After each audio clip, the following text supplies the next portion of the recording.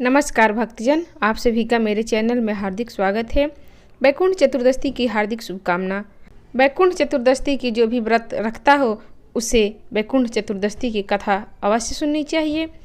तो इसी संदर्भ में मैं आज 3 कथा सुनाऊंगी। पहला कथा कुछ इस प्रकार है। एक बार की बात है कि नारद जी पृथ्वी लोक से घूमकर वैकुंठ धाम पहुँचते हैं। भगवान विष्णु उन्हें आदरपूर्वक बिठाते हैं और प्रसन्न होकर उनके आने का कारण पूछते हैं। नारद जी कहते हैं, हे प्रभु, आपने अपना नाम कृपा निधान रखा है। इससे आप जो प्रिय भक्त वहीं तर पाते हैं, जो सामान्य नर नारी वहाँ वंचित रह जाते हैं।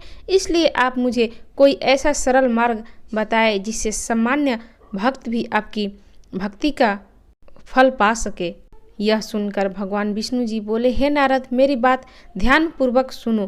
कार्तिक शुक्ल पक्ष की चतुर्दशी को जो नर नारी व्रत का पालन करेंगे और श्रद्धा भक्ति से मेरी पूजा अर्चना करेंगे, उनके लिए स्वर्ग के द्वार साक्षात खुल जाएंगे। इसके बाद विष्णु जी अपने वैकुंठ के द्वारपाल जय विजय को बुलाते हैं और कहते हैं, उन्हें कार्तिक चतुर्दशी को वैकुंठ के द्वार खुला रखने का आदेश देते हैं।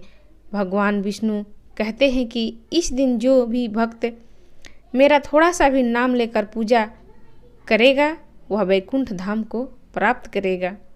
दूसरी कथा। एक बार भगवान विष्णु देवाधिदेव महादेव का पूजन करने के लिए काशी आए। वहाँ मणिकर्णिका घाट पर स्नान करके उन्होंने 1000 स्वर्ण कमल पुष्पों से भगवान विश्वनाथ के पूजन का संकल्प किया। अभिषेक के बाद जब वे पूजन करने लगे तो शिव जी ने उनकी भक्ति की परीक्षा के उद्देश्य से एक कमल पुष्प कम कर दिया। भगवान श्री हरि को पूजन की पूर्ति के लिए 1000 कमल पुष्प चढ़ाने थे। एक पुष्प की कमी देखकर उन्होंने सोचा, मेरी आँखों में भी तो कमल के ही सम्मान है।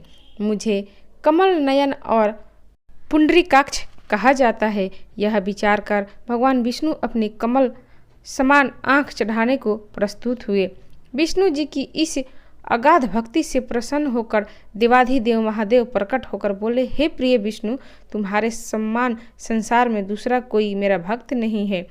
आज के ही दिन कार्तिक शुक्ल चतुर्दशी अब वैकुंठ चतुर्दशी कहलाएगी और इस दिन व्रत पूर्वक जो पहले आपका पूजन करेगा उसे वैकुंठ लोक की प्राप्ति होगी। भगवान शिव ने इसी वैकुंठ चतुर्दशी को करोड़ों सूर्यों की कांति के समान वाला सुदर्शन चक्र विष्णु जी को प्रदान किया।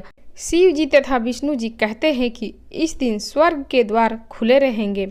मृत्यु लोक में रहने वाला कोई भी व्यक्ति इस व्रत को करता है, वह अपना स्थान वैकुंठ धाम में सुनिश्चित करेगा। तीसरी कथा। धनेश्वर नामक एक ब्राह्मण था जो बहुत सारे बुरे काम करता था। उसके ऊपर कई पाप थे। एक दिन वह गोदावरी नदी में स्नान के लिए गया। उस दिन वैकुंठ चतुर्दशी भी थी। कई भक्तजन उस दिन पूजा का अर्चना कर गोदावरी घाट पर आए थे। उस भीड़ में धनेश्वर भी उन सभी के साथ था। इस प्रकार उन श्रद्धालु के स्पर्श के कारण धनेश्वर को भी पुण्य मिला। जब उसकी मृत्यु हो गई तो उसे यमराज लेकर गए और नरक में भेज दिया। तब भगवान विष्णु ने कहा, यह बहुत पापी है, पर इसने वैकुंठ चतुर्दशी के दिन गोदावरी स्नान किया और श्रद्धालुओं के पुण्य के कारण इसके सभी पाप नष्ट हो गए, इसलिए इसे वैकुंठ धाम मिलेगा। अतः धनेश्वर को वैकुंठ धाम की प्राप्ति हुई। तो ये थी वैकुंठ चतुर्दशी से जुड़ी 3 कहानियाँ। आपको कैसी लगी? अच्छी लगी तो इसे लाइक करें, शेयर करें और मेरे चैनल को सब्सक्राइब करें। धन्यवाद। वैकुंठ चतुर्दशी की हार्दिक शुभकामना।